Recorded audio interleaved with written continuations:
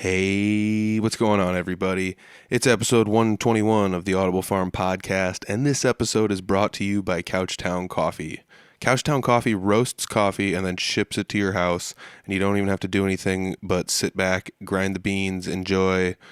It's amazing. It's my favorite coffee, and that's not hyperbole in any way. It actually is my favorite coffee. If you go to the Audible Farm Facebook page or Instagram page, you can find a picture of me with the biggest bag of coffee you've probably ever seen in your life. And I got it from Couchtown, and all I have to do is go to couchtowncoffee.com and make an order. And what's even cooler is you can enter the code word Audible Farm when you do make an order, and that lets them know that Audible Farm sent you there, and they'll give you 20% off. Is that cool? Yes, that's cool. You know why? Because Couchtown Coffee is that awesome. So check them out, www.couchtowncoffee.com. This episode, I am sitting down with Brad Hanson.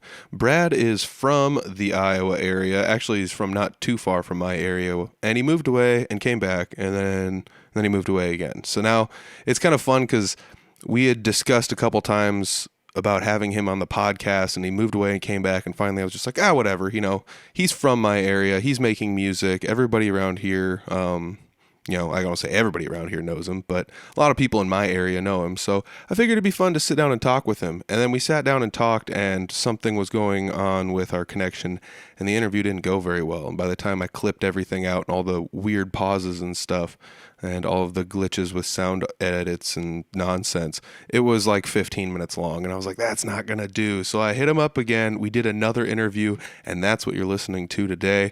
It's great. I'm so glad I got to sit down and talk with him. I actually think the second interview was better. We already knew each other a little bit because we sat down and talked for about an hour or so before. So that was a good thing. That was a good thing. I think it was anyways. I think you guys will enjoy this one. If you know Brad, it's cool. Check it out. If you don't know Brad, that's even cooler. So check it out. I hope you enjoy his music. We talk about it in the upcoming podcast as far as the differences in the scenes and all sorts of things between California and Iowa. So check it out. This is episode 121 with Brad Hanson, also known musically as Bradley Allen. It's the Audible Farm Podcast with your host, Peter Stockdale.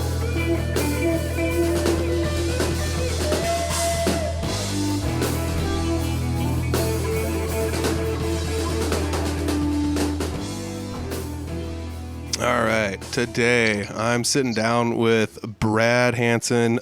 You might know him more as Bradley Allen, actually. The last episode we recorded didn't work out so well, but we're doing another one, and I'm glad we're doing it. Brad, would you prefer to be Bradley Allen or Brad Hanson? Because Brad is fine. It's Brad. Cool. We'll just call you Brad. If you're looking online for his stuff, Bradley Allen is where he has released a lot of music. Brad, you are originally from Iowa. The Manson area, actually, which is not terribly far from, where I hang my hat at, most of the time anyways. So it's kind of cool that you're from this area. You've moved away and come back a couple different times and played music around the area. Currently, you have made a new album. When did that album actually come out? Permanent Birds came out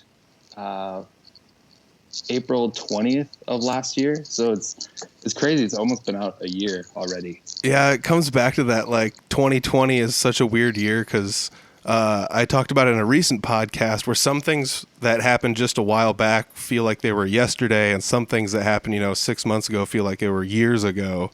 So yeah, it's depending on how you look at it, some of 2020 can just delete the whole thing like it never happened, or other parts of it, it's like, man, this year took forever to finish, Yeah, exactly. Yeah. So I actually have sat down and listened to your album, and in previous discussions, you and I have talked about how when you grew up playing music, you kind of played heavier stuff. So how did you end up starting playing music when you were in the Manson area?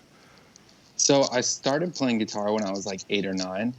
I think I got my first acoustic when I was 8. But it was a full-size acoustic, and I was too small. Mm-hmm. And then the following year, I got a Squier mini Strat. It was Torino red, mm-hmm. and I was finally able to properly learn how to play. Mm-hmm. And the electric just seemed more appealing to me at the time. When you're a kid, you just want to plug it in and crank it up and jam, you know? Yeah, I just want to shred.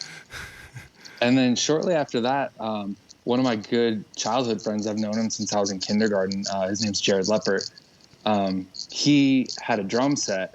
So I would go over to his house and we would kind of jam on stuff like AC/DC and whatnot. And then eventually I got a second guitar and he started to become more interested in that. So him and I both sort of learned guitar around the same time. And then we were actually looking for other bandmates. And that's how I met dudes like Caleb Ferry. We actually, old school, looked his phone number up in the phone book and like called his house and his mom answered. And he was like, "Who are you guys?" And we were like, we're Brad and Jared. We live in Manson and, we need a bass player. And he was like, "Well, I don't have a car," because we were like 14. So he was like, "Good luck, dudes." And then eventually we linked up with Jake Merritt and Greg Merritt and Corey Waller. And we started I guess you'd call it like metalcore or deathcore, just a super heavy metal band. Mm-hmm. And we had that going from the time I was 14, so like in 8th grade or freshman year of high school, up until like freshman year of college when I moved to LA the first time. So we did it for quite a while. Yeah. And I learned basically everything I know from playing with those guys. I mean, those guys are such great musicians. Yeah. I mean, we had talked about it earlier. I'm going to actually ask you to do something. Can you tuck your microphone underneath your beard, maybe? Underneath my beard? Yeah, it's like I'm getting a lot of beard feedback on it. It's like weird, getting scratchiness. I don't know if it's... Maybe I'll hold it out like that. I mean, that's awesome, but it's like, how much do you want to hold your microphone? It doesn't matter. Oh, man, it's totally up to you. But, I mean, I can hear what you're saying audibly, but anybody that's listening and not watching, it's his beard scratching on the mic. But, we talked about that, like in one of our previous conversations, how Manson seems to be one of those weird areas where everybody plays music. And I don't know why. There's just so many talented people coming out of the Manson area playing music. It's not like they're flooding the scene and just destroying the national circuit or anything, but like around here, there's so many people that are so talented coming from Hanson. What's the deal with that? Is there somebody there that's teaching everybody stuff, or what's... I really don't know. I think it was all just by chance, I think the Merritts actually originally grew up in Kansas and then moved up to the Manson area, and then the Nets brothers, they were originally from Rockwell City and they moved to the Manson area. So we just had this like influx of incredibly talented, wide variety of musicians. And the Schoen brothers, Mike and Mark Schoen, they were just like half a block away from my house. So, I mean, there was music all around when I was growing up in, middle school to high school. So, it's pretty wild because I don't think every town has that. I understand Manson's kind of small, so you kind of have the luckiness of having like a smaller town, so proximity, everyone that lives there is kind of sort of close to one another, regardless of where you live in Manson. But it's still one of those deals where like I grew up in Humboldt and there were a lot of people here who played music, but it wasn't like outspoken. It wasn't like there's a lot like that guy plays guitar, everyone jams and we all know it and they all have bands. So there's not a whole lot of that goes on in every town. And there it seems like you've got people with varying abilities too, because I mean some people prefer playing like bluegrassy or kind of stuff and some people prefer their heavier stuff, obviously when you're younger you're going to prefer the heavier stuff. Yeah, whatever's loudest. Yeah. I remember we had talked about that before too, though. Like the heavier stuff is cool because once you get that guitar in your hand and you just E chord, just heavy power chord, or you drop it in drop D for the first time, and you're like, yeah, this is so heavy, or you start to like be able to play a little bit, and you're like, oh, I could shred this thing. But once you plug into a clean guitar amp, you're like, oh, this is completely different. It's Yeah. I mean, that was a huge stepping stone for me going from, playing death metal to, indie folk, bluegrass, whatever you want to call whatever I play now. But yeah, it's so different. It's so different. Like that always, that made me think, like, do you have to, like, in your mind kind of shift gears when you go from one genre to another? For example, like if you were to pick up a random guitar, like I've got some behind me. I mean, you can't see it from the angle you're at, and I don't know if anyone else can see it from the live, or from not the live video, but from the video I'm doing. But like, I've got a high gain amp, and I'm always just like plug it in, crank up the distortion, just whatever it happens to be, just play something heavy, just some Ozzy or some like Megadeth or some Metallica or something, and it's just like, yeah, heavy distortion, cool. But is that your instinct when you first pick up a guitar? Is you like, I want to shred this thing, or is it, I'm going to play something slower or easier, or how does your brain adapt going from one genre to the next? Was it an easy shift, or it always kind of blows my mind when people are able to do that? It definitely took me a while to figure out how to do that. For the longest time, I was only playing guitar. I didn't have to worry about vocals, so I would just, crank my guitar and just start shredding. And then once I started to write more indie stuff and kind of branch out of my comfort zone, my entire rig started to change. When I was still playing heavy music, I had like 3 different amps, and the last time I used it, it was like I was using 2 amps at the same time. So I had like a PV 5150 on a Mesa 412 cab, and then I had this Hovercraft 50 watt amp head that I had custom made, and then like a PV Valve King 412 cab, and I had them both going at the same time. And then eventually I had like a Sun, it was like a 70s Sun 200 bass amp with a matching 215 cab, and I was running all 3 of them at the same time, and I was like, man, I can barely fit this in my car. Yeah. I was getting so tired of lugging stuff around, and one of my bandmates, Matt James from Matthew James and the Rust Belt Union, he was like, hey man, have you ever thought of just playing like a Tweed Deluxe? And I was like, I don't know. And I went into a guitar store and kind of messed around with it, and I had no idea what I was doing, because it was like just a totally new era. Like I had never played clean on any of my other amps. It was always high gain, high distortion all the time. So I think once I ended up buying that Blues Deluxe, it kind of opened my eyes and taught me like, oh, I can still get some of those metal sounds out of this amp. I just have to use pedals or, push the gain a little bit more. Mm-hmm. And some of the bands that I really loved listening to, like Mastodon and Baroness, like the guys from Baroness, they play single coil, like Tele or Jazzmaster guitars through a Princeton reverb. Like, they're not playing these giant full stacks anymore. So I was like, you know what? I don't need all this stuff, and it's definitely going to be a lot easier on my back when I'm carrying this stuff around. Yeah, I feel you 100% with like the dragging gear everywhere. I mean, I used to do the same thing. It was 2 4x12s, 2 amps, and you do the bi-amp thing, and it was tons of fun because you get this awesome blended sound that like nobody else has, and it's, people would always be like, how do you get your tone? And it's like, well, 2 amps and 2 different sets of speakers. I mean, you're blending stuff that people can't hear with just one person normally, and I get it. It's cool. It sounds great, but eventually you get tired of hauling the gear, and I got tired of hauling it just as much as, the next guy. But I did the same thing you did, and I was like, I'm going to get an amp that's known more for like clean or maybe like slightly overdriven sounds. And I ended up doing a PV Classic 30. I mean, that's just one of those ones. It's like, well, this can do blues and clean stuff and maybe some rock stuff too. And then you realize, like you said, there's more gain on tap on some of these than people ever give those clean style amps credit for. Oh yeah, for sure. I mean, anymore I have like a Vox AC15 C1. It's just the only thing special about it is it's in British racing green instead of black. But other than that, it's all stock. I've got a handful of pedals that I use for a little bit of texture here and there. But other than that, like I've been playing my acoustic so much that I haven't even really turned my amp on in probably the last year and a half. So, Oh wow.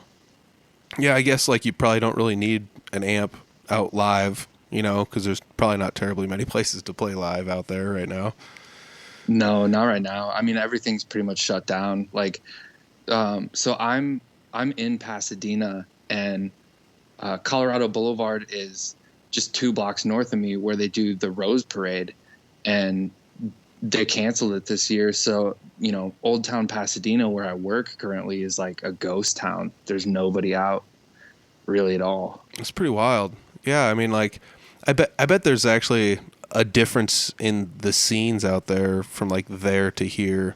I also wanted to double back and say I've been listening to Baroness for I don't know, the last handful of years. Purple album totally hooked me in, and then I started like looking at the gear they used, and I was like, dude, this is some crazy gear, because like you said, it's not all high gain like you think it would be. It's a lot of textured mid-range and low gain stuff with pedals to help it out, and they make fun sounds. Yeah, I mean, I hooked in on the Blue album, which was like their second or third full length, and at the time they were using big heavy Les Pauls and Bad Cat full stacks, and then the Green and Yellow album came out, and that one was really my favorite immediately when it came out. And they kind of dialed things back, and you saw him starting to play like G&L ASAT specials and some semi-hollow tellies. And, it seems like as they've put the last few albums out, they've used more non-traditional metal gear, and it sounds heavier than most of the stuff that's out there, which is awesome. Yeah, for a while they were doing like pedal. They were showing off pedal board stuff on their Facebook page and Instagram page. I mean, it was probably a year or so ago. So if you want to scroll back through and see what kind of pedals he was using, like around the time of like the Purple album, I mean that'd be a great thing to do if anybody's really interested in the pedals and stuff. But it's really cool that like. I mean, for people that don't understand the guitar, it's you can grab a high gain amp and plug in a guitar with awesome pickups in it and just put a noise clamp or a noise gate on it, and just you don't have to have much control to get that kind of a gain. But once you start adding the gain to like semi hollows and like single coils and things like that, it's like you actually have to be a little bit artistic with what you're doing. You can't just slap a Boss distortion pedal in there and call it good. Yeah, I actually bought a fuzz pedal from John Baisley from Baroness. He has a company called Philly Fuzz, and I bought the Martyr fuzz pedal, I believe. And they're really cool. It's a really simple, high gain fuzz pedal. It's just got 2 knobs and an on-off switch, and they're like hand painted. So he hand paints each one, and they're all different. They don't look the same, and it sounds great.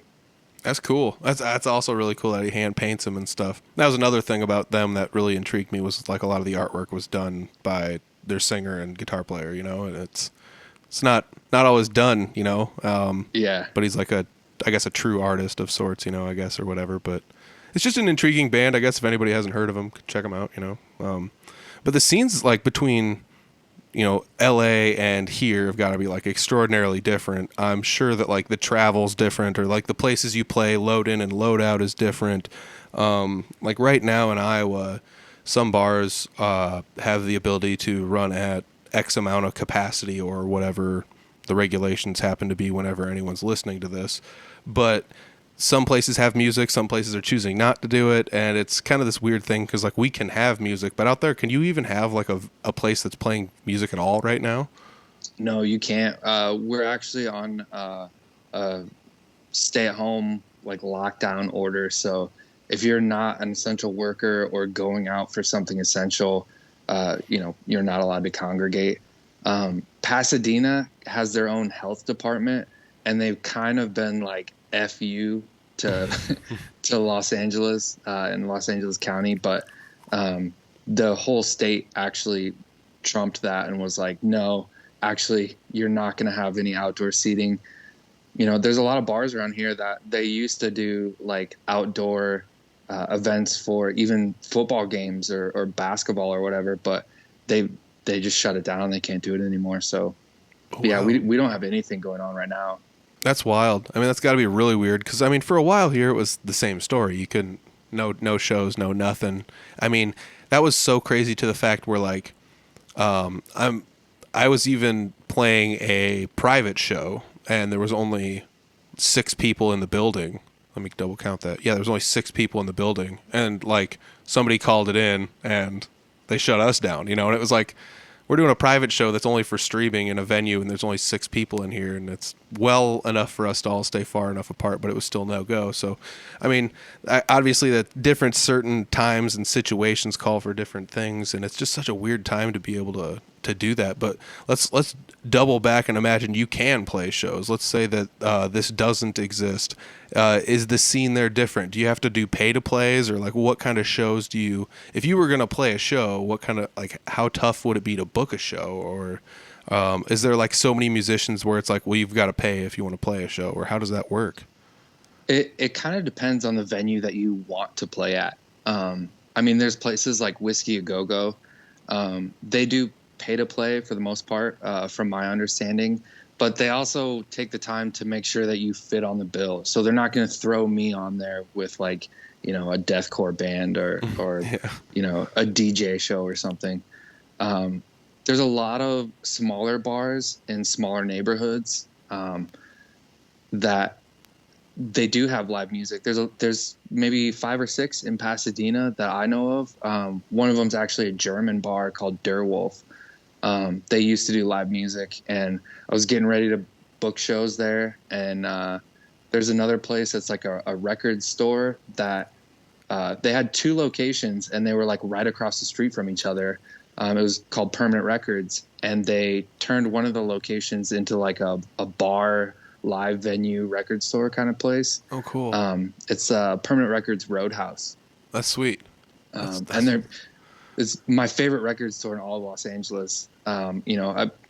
Back when we could go there, I was in there all the time, and they're not too far from me, like maybe 15-minute drive. But I definitely at some point would love to play there. But most of the venues that book people that aren't super big are, not even necessarily just smaller bars, but like smaller retail as well. Like some of the skate shops out here will close down at night, and they'll have like live shows in there, which is pretty rad. Oh, that's cool. So it's almost like these businesses are like supplementing their income somehow with music, or like, Yeah. it's almost like or they could be using like the music in their venue to advertise for their venue. Because it's like, well, we're doing music now. It's like, I want to buy this record. Well, I'll come back tomorrow when we're open, and buy the record, Yeah. So that's really cool that places are willing to like do that. There is a little bit of that here and there in some venues around Iowa. I mean, it's not unheard of, but it seems to be a little bit more common out there, where music seems to be a little bit more part of the culture and more accepted out there. Yeah, I think the main difference for me is like, I lived in Iowa for so long, and you create these relationships with not even the bars that already exist, but the people you went to school with eventually end up, starting their own bars and stuff. So for me, it was more of like, I moved out to Pasadena, in the LA area, and I didn't know anybody. So it was really difficult for me to be like, all right, where do I go as an, independent solo musician, where other independent solo musicians are. So a lot of it's just taking the time to do a lot of research online and going out to different bars and being like, hey, where's live music around here? Mm-hmm. And the recon is pretty fun, but eventually, it wears out, and you're like, okay, this neighborhood doesn't work for me. Mm-hmm. I pretty much stay away from Hollywood as much as I possibly can. It's just so dirty and crazy, but places like neighborhoods like Eagle Rock and Silver Lake, those are a lot more chill, and even Pasadena here is pretty chill. So I'm finding a lot of the smaller neighborhoods are a lot more like the Fort Dodge area. You just have to introduce yourself and talk to people and ask the right questions, and you get the right answers. And that's a true testament to like how whether or not we want to admit it, music is, to an extent, like a social endeavor. You know, like it's something that you have to actually, try to network with people and talk to people in order, to kind of push your thing. I mean, there's like the obvious argument that if the music's good, people will come regardless. But like, you have to start out somewhere. It's just like a business. You have to tell people you exist before people even know you exist. And if nobody talks about it, or if you don't share it with anybody, or if you don't seek out your clientele, and it's going to be a little tough. And that's something I've talked about on other podcasts with people, and it's something I honestly think is very important as far as music goes, because there's some people that are, they'll say things like, I can't believe these guys are getting played on the radio or something, blah, blah, this, that, and the other. And it's like, you know why it happened? Because they did the research and they asked, and Yeah. sometimes that's what it takes, is just getting your foot in the door and being like, what kind of music, like you said, what kind of music is played here? Will I fit in here at all? And throw your name in the hat if you do. You never know what's going to happen. Oh yeah, I mean, some of the people that I've met and become friends with was literally from me going to a bar and being like, "Hey, do you guys have live music here?" And they'd be like, "No, it's over at this place." And then I walk over to that place, and then, I check out their Instagram page, their Facebook page, see what kind of bands have played there. I follow those bands, message the members individually, and start to develop, some sort of relationship that way. Even if it's not a show that I would,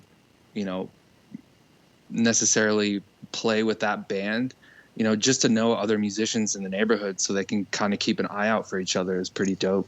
Yeah. There's something to be said about that too. Cause, I mean, I'm sure it's not, like you said, not terribly different. You get a community out there. It's only so big. So there's only so many musicians and you all kind of know each other. It's not too much different in Iowa. There's only a few thousand of us that are, involved in the music scene, still making music, constantly making music. And I understand like a few thousand sounds like a lot, but it's kind of like you're from a small town, you get it. It's like you don't know everyone in the town, but you've seen faces and you understand who is who. You don't know them, but you kind of realize who they are. And it's that community involvement it's really kind of that tough thing. It's like a barrier a lot of people fail to break when they think about starting a band. Oh yeah, for sure. I mean, as someone who has like high level anxiety, like it definitely took a while for me to break out of my comfort zone and do this whole thing on my own, because I was so used to being the guitar player and being like, hey man, just tell me when to show up and I'll bring my gear and I'm there. Like, yeah, most, like when I started off, I never booked shows. Like I didn't know how to do that. We had older members in the band that, like I think Greg and Corey took care of most of those shows that were like, hey, we're playing at Spanky's tonight, or, Eagles Landing or whatever, or at a, VFW Hall in Manson. Yeah. Like, dude, that's something else. Like, don't ever like appreciate the ability of someone to book a show. Cause like I've done a little bit of it here and there. I'm not like the main booker man or whatever in Three Finger Betty, but I've booked shows and it's not easy. You have to haggle with prices. You have to figure out who gets what and whether or not the band even wants to do it. And you have to be this intermediary that is actually not always easy, and it's not always fruitful, and it's tough to do. Yeah, for sure. Yeah. I mean, that's a testament once again to like going out there and doing it. 'Cause if you're from like an area like Iowa or whatever, I almost guarantee everybody knows somebody that plays music live, like whether or not you know them well enough or not, but you can always just ask them and be like, where do you play? Or like, who do you know that might know somebody that would like what I'm playing or something? And you can kind of wedge your way into the scene, but you moved into a place where you didn't know anybody. You didn't, right. So you couldn't even be like, well, I know a guy that plays music or whatever. And I'm sure like it's even tough for you in a situation, because it's like, well, I work at this place, and then it's like, does anybody here play music? And then it's like, no, and it's like, well, that's the end of that circle. All right, gotta go somewhere else, Yeah, I mean, I kind of lucked out, whereas like, working at the job that I have now, there actually are a lot of musicians that I work with. So it's like, oh, you get stoked when you find out somebody else at work plays music, and you're like, what do you play? Where's your music? Where can I find it? And, you trade CDs or whatever, T-shirts. Yep. And, that's where I found most of my musician friends out here is just through work, actually. That's And really it's cool. not even anything related to music. I'm slinging coffee and pie. So Coffee shops, they have that kind of indie acoustic style stuff kind of going for them though too. So yeah. I mean, does yours have any music in it? The coffee shop you work at? Not really. The location that we're at, it's sort of like four or five, well, three or four businesses in one open room. Oh wow. So there's like an ice cream place and a pressed juice place and like a tea place, like loose leaf tea. So it's more of like everyone grabs their stuff and then they just go. Mm-hmm. No one's really hanging out. Even like pre-pandemic, no one was really hanging out to listen to music. And it's such a huge room that it's like it used to be a bowling alley, so the acoustics in there are terrible. Yeah. and we've had a couple instrumental musicians come in, like a piano player and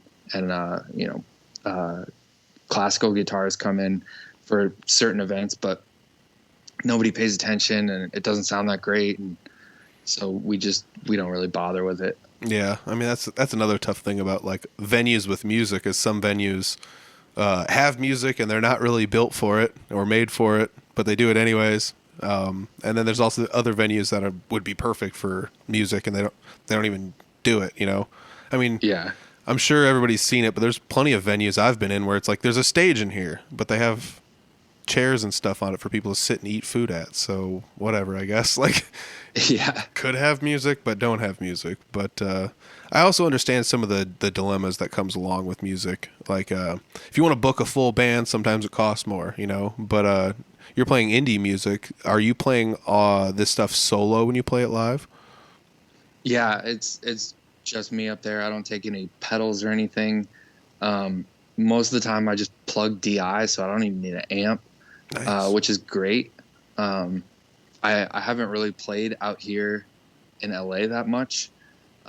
Right when I released Permanent Birds, it was like right when the pandemic hit. So right when I got a vehicle to tour with and, started coming up with designs for merch and whatnot, everything just stopped. So right when I was about to kick off and get going, it was just like, nope, pump the brakes. This actually is not going to happen anytime soon. So, yeah, that's a heartbreaker because, like you said, the whole state there was just like done. We're not doing it, and so you can't even like cruise to the next town over and do it. Which I guess in Iowa is like for a while that was a possibility. In some places you couldn't do anything or play music, but like there wasn't anything stopping anyone from driving 2 towns over and doing it in a smaller place where they didn't care, and that was also some of the the reason there was so much animosity because there wasn't nobody really set up any rules, but that's just also kind of the goofy thing. This year has been loony for that kind of stuff, and it's tough to release an album in the year, especially when you don't know what's going to happen. You're kind of just blindsided by this. This was something you didn't even plan on. It's like, well, let's release an album and happy 2020, and then all of a sudden, womp. Exactly. I mean, I will say that the nice thing is that I've been able to sit down and write even more music. So, I'm already working on the next album. I've probably got maybe 15 to 18 songs that I'm working on. Wow. I'm not sure if they'll all make the cut, but I hope so.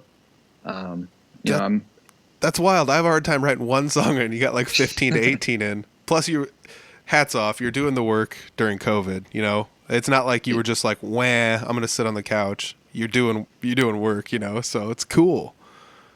Yeah. I mean, I figured, I'm stuck at home. That's where all my equipment is. I record all my stuff in our little guest room that we have. I produce and master everything myself. So it's like, what? I'm not just going to sit here and complain about it.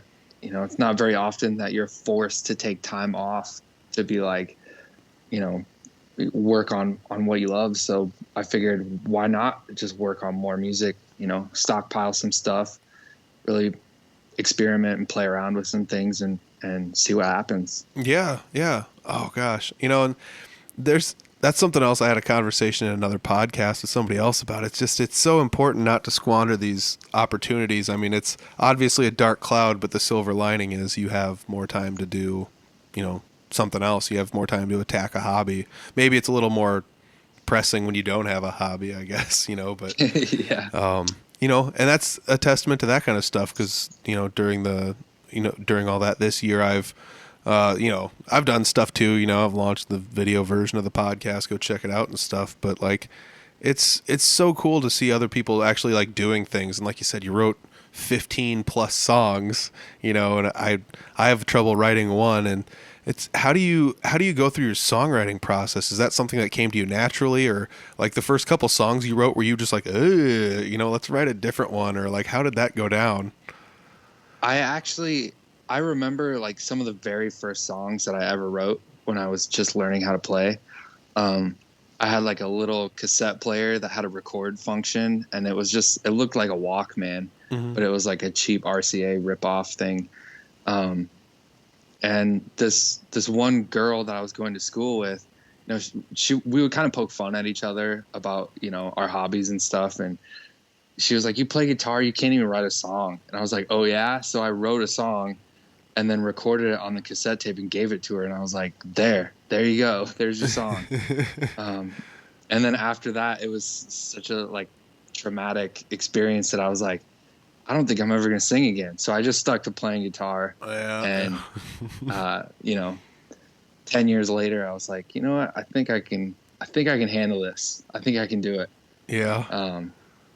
But yeah, it's the way that it comes about is just totally random. There's no set way. It's not like I, punch in a time clock and go, okay, I'm going to write something today. Most of the time it's, I might be watching TV or listening to a podcast on the way to work, and I hear something that somebody says, and it, sparks an idea in my head, and I'll write it in my notes in my phone, or, a melody might come into my head when I'm walking to work, and I'll sing it into my microphone and leave it in my recordings for later and try and figure out what I was thinking, the next day. But, usually I would say most of it comes with like guitar parts first. And then from there, I hear a melody on top of that, and I might hum the melody out and then try and figure out the cadence to words and then fit words in there. Songwriting is complete songwriting is a relatively new thing for me. So I'm always trying to push myself to find new ways, whatever it is, to just get something. Because, there are some days where you sit down for 15 minutes and you've got like 3 songs. And then there's some days you sit down for 15 hours and you've got nothing. Yeah. Yeah. I mean, that was something I did during COVID, was like set up a mini recording studio to like record things. And I started like recording stuff where I was playing on guitar. And it's like you said, sometimes you sit down and it's like, I played all day and I recorded like an hour's worth of stuff and I don't like any of it, and other times you record stuff and you're like, man, this riff is cool. And you can almost like smash together a rudimentary song in like, a half an hour or something. And I totally get it too. Like you said, if you hear something in your head, write it down or record it into your phone and come back later and kind of try and figure it out. Cause some of those recordings I've come back to and it's like, man, this is hot garbage. But other times you come back to it and you're like, dude, this is actually pretty good, and I'm not one to say my own stuff is pretty good to myself.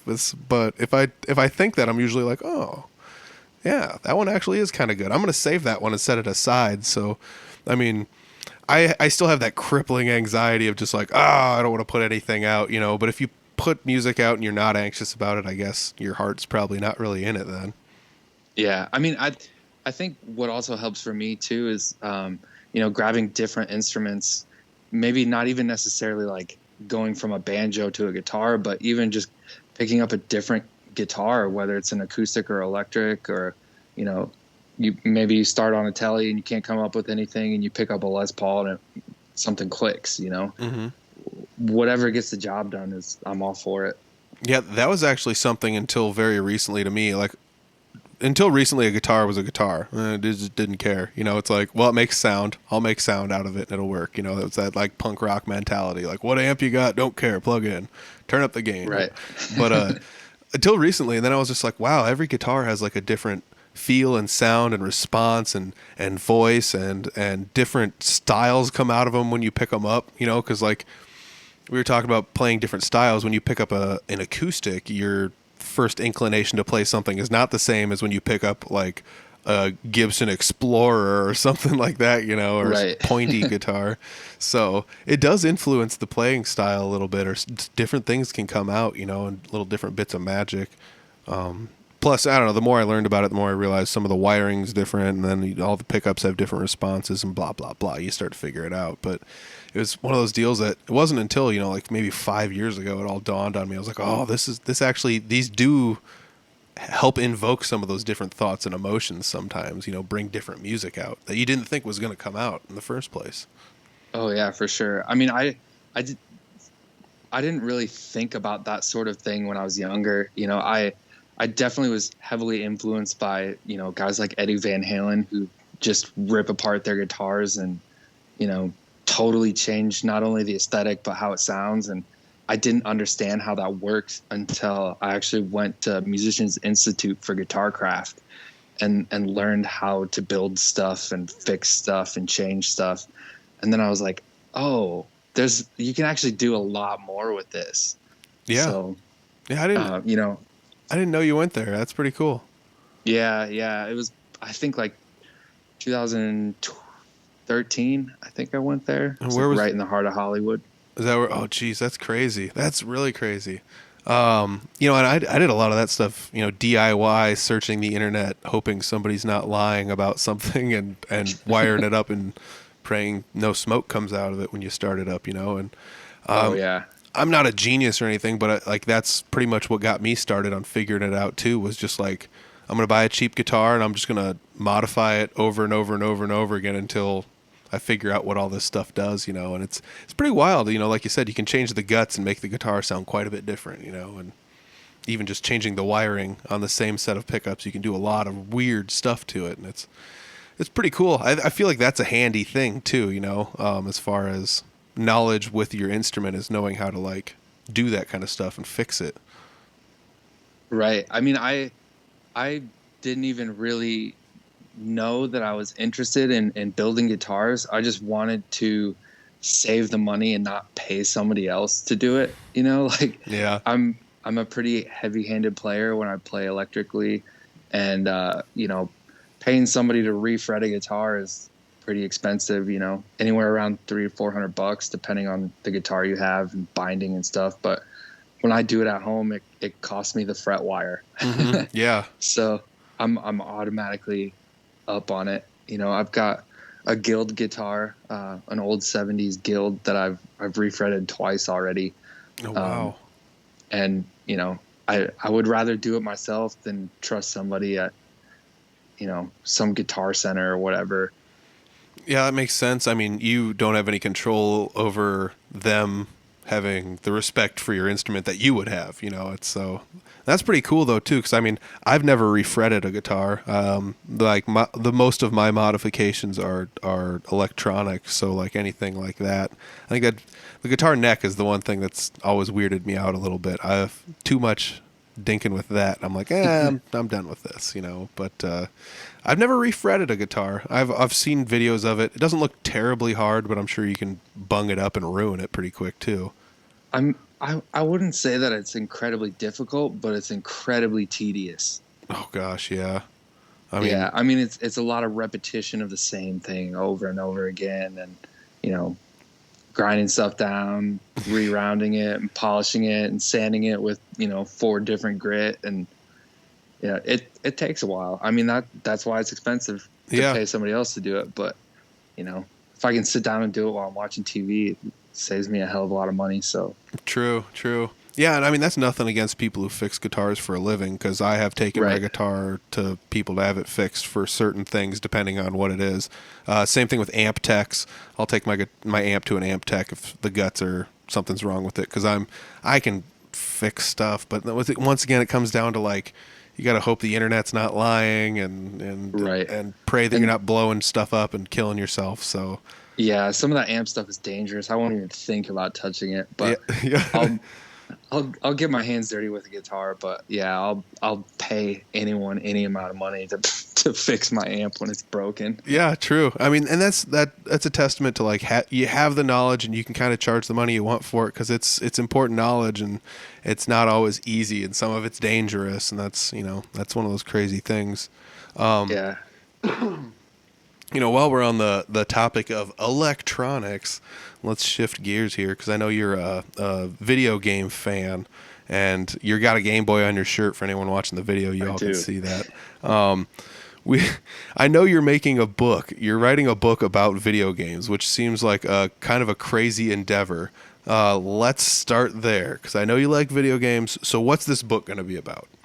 So this book is kind of two different things combined. It's sort of a review book, but also kind of like a comic art book.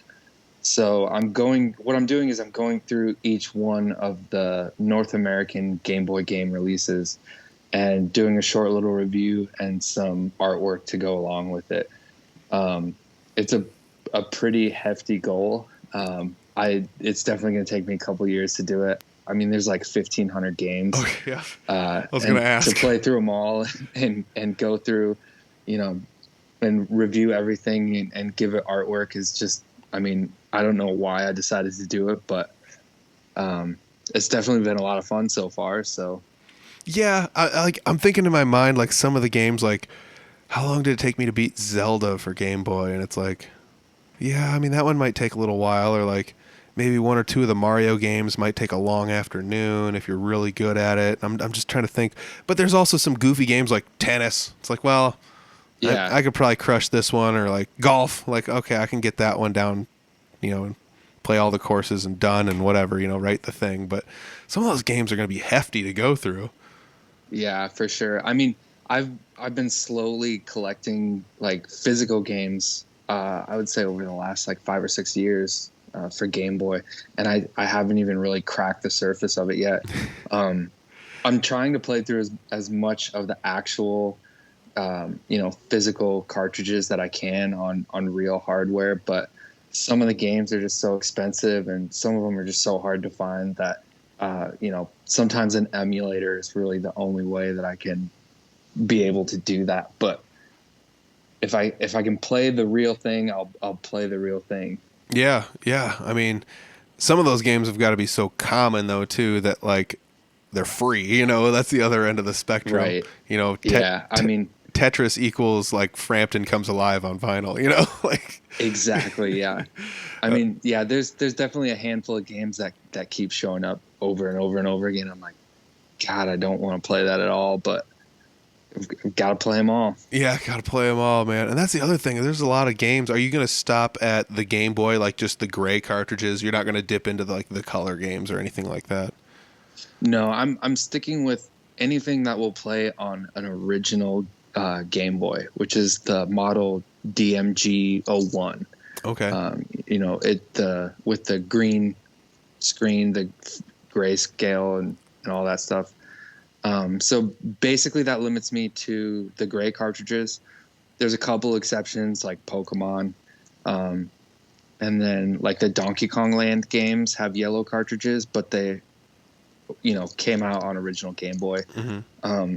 There's some of the black cartridges, which are like, they'll play on original Game Boy, but they'll show up in color when you play them on Game Boy Color. So I'm not including games like that. Yeah, I had a couple of those Game Boy Color games, and they would downscale to the Game Boy Pocket the same way, where like it would just nerf all the colors out of them. But there was like a point in time where I think they like drew the line, and they were like, everything that comes out after this is color only, and it wouldn't downscale.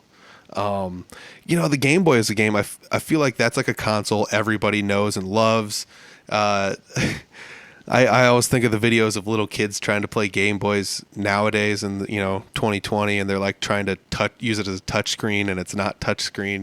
Those are some of the funniest, and it's like always mind blowing to us. Like, how can you not see there's buttons there? But to them, it's like so rudimentary they wouldn't even enjoy it. But to so many of us, and I'm talking like when the Game Boy came out. adults were playing it, kids were playing it, like families were playing it. It was the portable Nintendo family entertainment system, and it was something that Yeah. everybody knew and loved. I mean, there were, millions of people that bought the Game Boy. It came with Tetris, and that's all they needed. They would take it on the train with them when they commuted to work. Business guys would have it in their briefcase.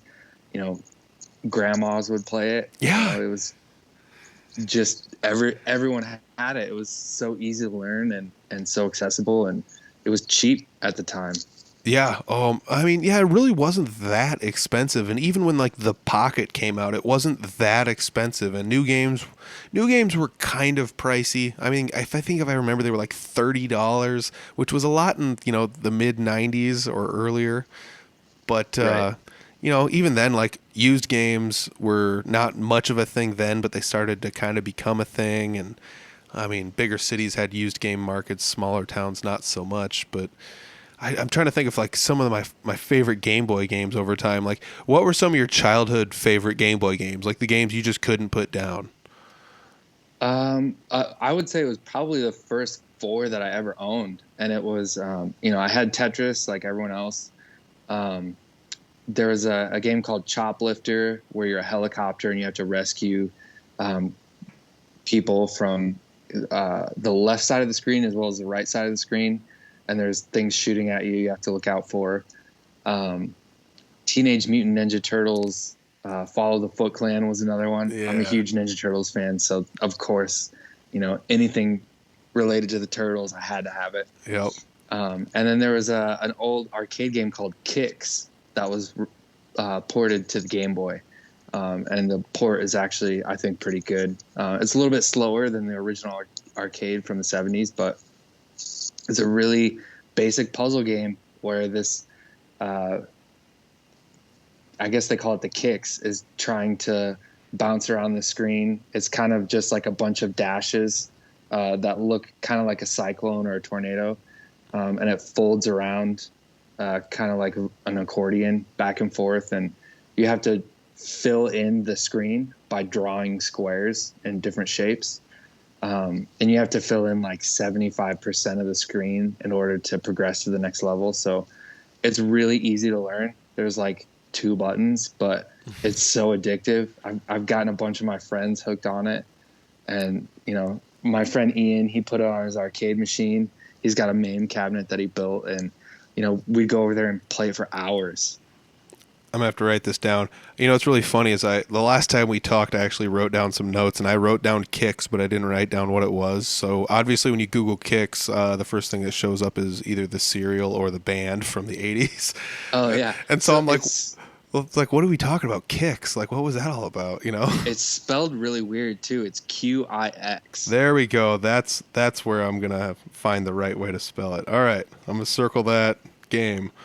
I've been asking people about goofy games I used to play growing up, and that's one of those games where it sounds like when you try to explain it to someone, you're like, this is what it is. I know it's, like you said, it's like you're this dashes and cyclones and your shapes, and you're trying to fill up the screen, and the kids today would be like, what?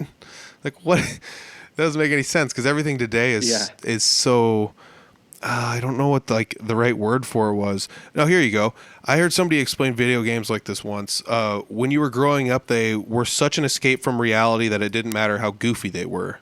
But like nowadays, video games are almost like adjacent to reality. They're like augmenting and creating a reality that's everything's so lifelike. Like when you were growing up, you played a video game where this Italian plumber guy would eat mushrooms and get bigger and save a princess from the sewers, and a turtle guy was, and it's like, what? Yeah. Like, but nowadays it's like Call of Duty. Like, what are we doing? It's like we're recreating a war that actually happened, and it's like, wait, Yeah, we're recreating World War II. like, holy cow, that's like, isn't that a little real? Like a little too real? Like, there's no more like goofy games like you had described, and there used to be so many of them like that, where like the game's pretty simple, like Tetris.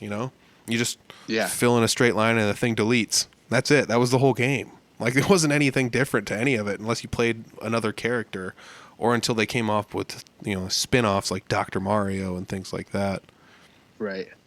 That's another thing I thought about when you were talking about porting a game to the Game Boy. There were some games that were created on different platforms, and then they actually came out with a Game Boy version that was a dumbed down version of what it is.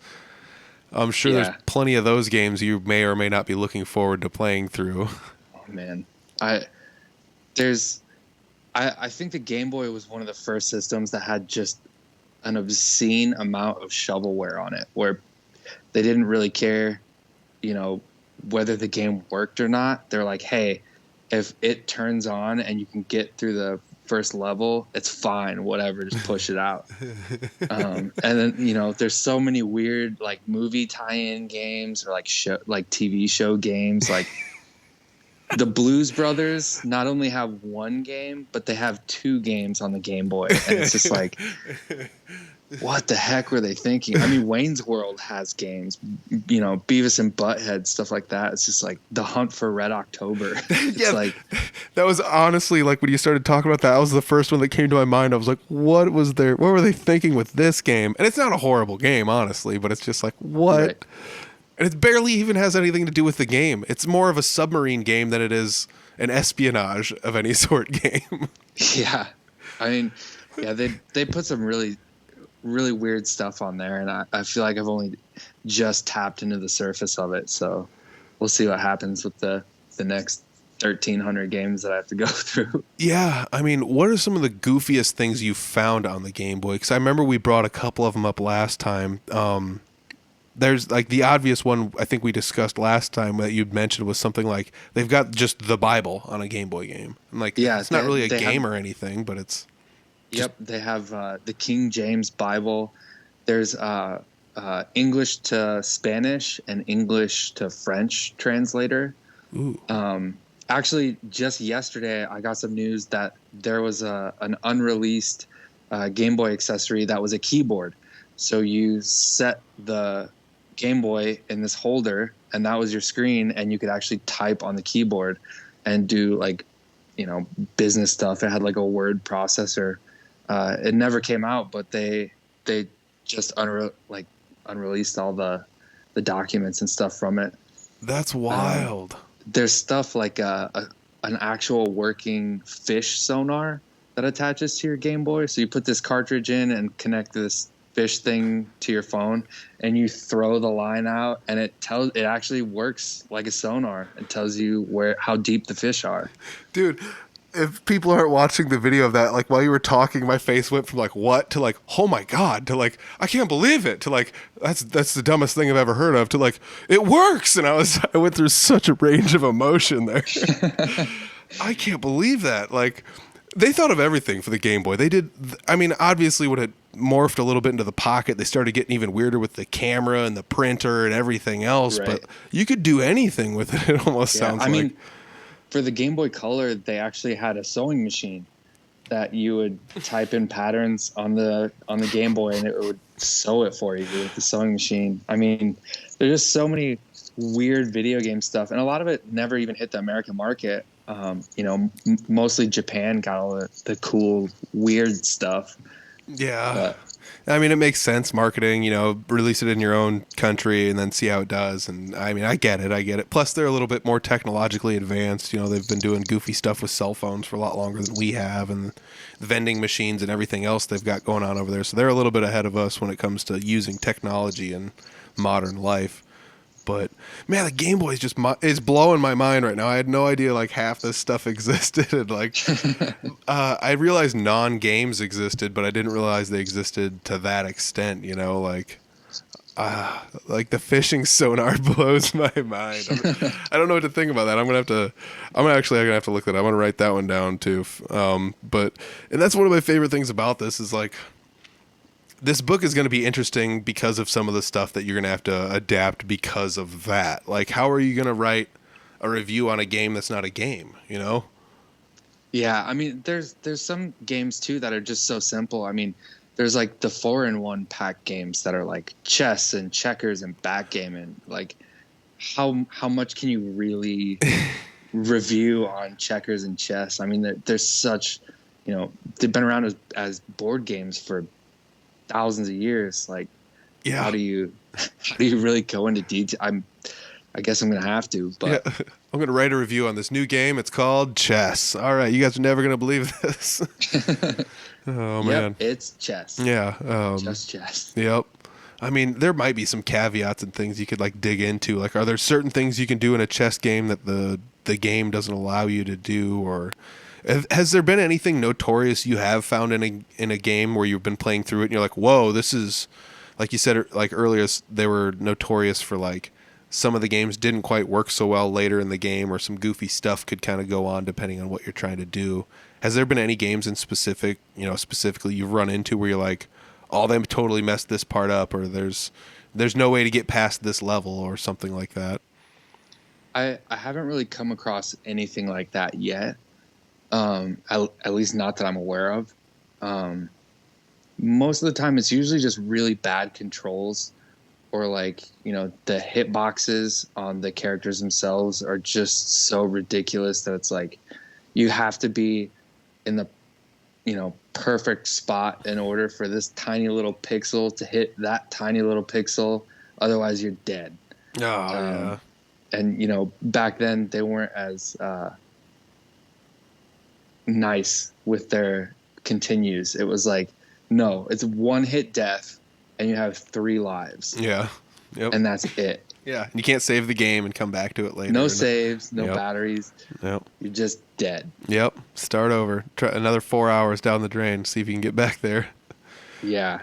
And I think about that too, because some of those older games, a lot of it was like spatial awareness and timing. That was like the 2 things they leaned everything on. Like you have to time everything out in order to get past this part, or you have to be like in a certain area and perform a certain thing in order to get past it, and yeah, a lot of it's just like memorization of levels, memorizing boss patterns. When I was playing Castlevania for original Nintendo, a lot of it is like memorizing the exact patterns of boss or like enemies, the way that they come into the screen and stuff. And there's certain areas where there's certain spots where you can stand and nothing's going to touch you no matter what. But if you go 1 pixel to the left, you're done. So. Oh man, that's the other crazy thing is like you said, like the hit boxes on some of those characters and stuff. Because I mean, I've played enough video games. I'm sure everyone else has that's old enough. You remember playing Mario, and it's like, oh, I thought for sure I was going to get killed by this guy, but he went like through the corner of my face, and it's one of those things where like, well, I didn't hit the perfect spot on it and things like that. But gosh, I feel like you're on something really special here when it comes down to looking at the Game Boy and all of the things that go along with it. You're probably going to unearth a lot of things no one's ever heard of, and you're probably also going to remind people of a lot of things they loved in their past. I'm trying to think of like 1,500 games. It's gonna take you a while. I mean, even like 1 game a day. That's 5 years almost. Like 4 years. Yeah. Oh, yeah. man. I mean, some of them, like I said, like the 4-in-1 packs, they're pretty quick. So I could probably knock out like maybe 4 or 5 in a day, but it's not every day that I'm able to sit down and go, I'm going to play through this game today and then write a review and then draw a comic on it on my computer, So yeah, it's probably going to take me about 4 or 5 years to finally get this thing out, but I'm going to try my damnedest to get it out sooner than later. Yeah, man. Yeah, totally. Oh, we've covered almost, we've got about an hour in here. For anybody that's listening to this that got to the end, this is actually our second try on a podcast. Our first one had some technical difficulties, and this one's been great. We covered, I feel like, everything in the previous one and more. So like this episode's been great. I appreciate you sitting down with me. I do want to remind everyone, you did have an album come out earlier this year. What, it was 2020 or was it 2019? Because I think you said 2019 earlier in the podcast, but then it was just before COVID hit. Right. It was 2020. So yes. It was April 20th of this year. All right. Yeah. All right. So that's available online, Bradley Allen. I will put links down below to all that stuff. Do you have any social media that's dedicated to Bradley Allen, like your music pages and things like that? I have a Facebook page under Bradley Allen, and then I have my Instagram is Bradley Allen Music. Awesome. I will put links to those down below as well. So if anybody's looking for information, upcoming albums, and more fun stuff, that's where you're going to end up finding it. Otherwise, check it out. It's on Spotify. I know it's on Spotify. Probably every other streaming service as well, I'm assuming. So Yeah. So check out that album. If you knew him from your childhood or whether you're listening for the first time now, it's definitely worth a listen. So check it out, everybody. Brad, don't go away. Thank you for joining me. Yeah, thanks, man. That was a cool episode. It makes me wish I knew Brad when he was around. He seems like a really cool guy. Seems like the kind of guy I would like to hang out with. And, you know, it's super cool that he's doing that book with the video games, the Game Boy. Everybody has played a Game Boy. I know people 10 and 20 years older than me and 10 and 20 years younger than me that know what Game Boys are. It is kind of fun to watch those videos of the super young kids trying to run a Game Boy like it's a touchscreen. I don't know why I think that's so funny, but it is. Check out Brad's links. I put them down below. There should be links to the Bradley Allen information down there. At least what I can find and what I know. Otherwise, I do know that his album is on Spotify and everywhere else. If you guys stream music at all, it should be easy to find. Look him up as Bradley Allen. He goes by Bradley Allen musically and Brad Hanson professionally. It's one of those things that, you know, I guess some people do it that way, and I don't know why he's doing that. I should have asked him in that podcast. But Bradley Allen is where you're going to find all of his music, and it's tasty stuff. It's pretty interesting. It made it. I listened to it before. We did an interview, and then the interview was choppy, so I did another one. And I have to say, listening to the music really kind of made me think a lot about, you know, what we were talking about as far as stretching past your normal musical bounds to create something that you wouldn't normally create. And that was, you know, it was really cool. It was really cool to have that be a thing and listen to the album and think about that. So I guess that's one of those things I think about a lot. Some people have musical avenues they go down, and they always tend to stay down their one musical avenue. But some of the best people find ways to be well-rounded, you know, and I guess that could be a lesson for life too, if you really want to look at it that way. So hey, hats off to Brad, you know, still making music regardless of where he goes and regardless of what the musical scene is like. So it's really cool to have him doing that, you know, being in a place where he can't play shows and can barely even go outside and do anything, and he's still making music at his place. So that's really cool, you know, those people that are working hard and not just looking at this as like the worst thing that's ever happened to them in their lives. It's going to be pretty cool, because if you stay at home, you got to find something to do, and these people that are working on their hobbies, I think that is just insanely cool. So hats off to everybody that, you know, worked really hard this year, made an album, worked on making a new album that will come out next year. Anybody that released an album during the pandemic, that, you know, that was a gamble, because you can't go out promote it with playing or shows. So that's a toughie. And I guess I'm in a band that did that, and it worked out all right to our favor. You know, it's not like, I'm sure it would have been better if we had played shows, but it's changed. The atmosphere has changed, and online shops are a thing, and people are okay with supporting bands by buying things from them, and I really appreciate everybody that's bought the Three Finger Betty album. If you guys want to check that out too, I guess scroll back to the Three Finger Betty episode and listen to that. There's more information about it there, as well as on the Three Finger Betty Facebook page. But that's not what this episode was about. This episode was about Brad Hanson, and like I said, seems like a really cool guy. The Game Boy book idea is insane. His music is really cool. It's really interesting. Like I said, it's really interesting knowing that he likes playing metal, kind of like I do, you know.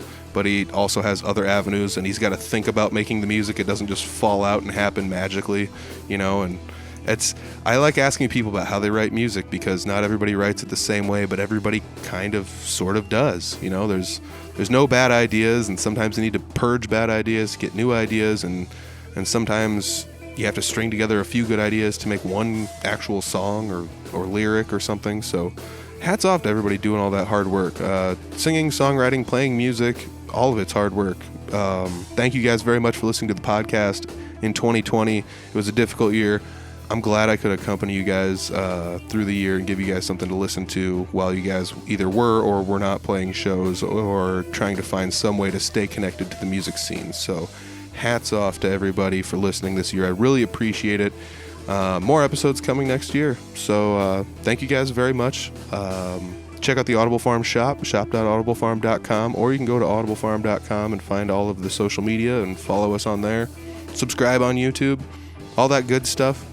Have a great rest of your 2020, and here comes 2021. We'll check you guys next week. Peace.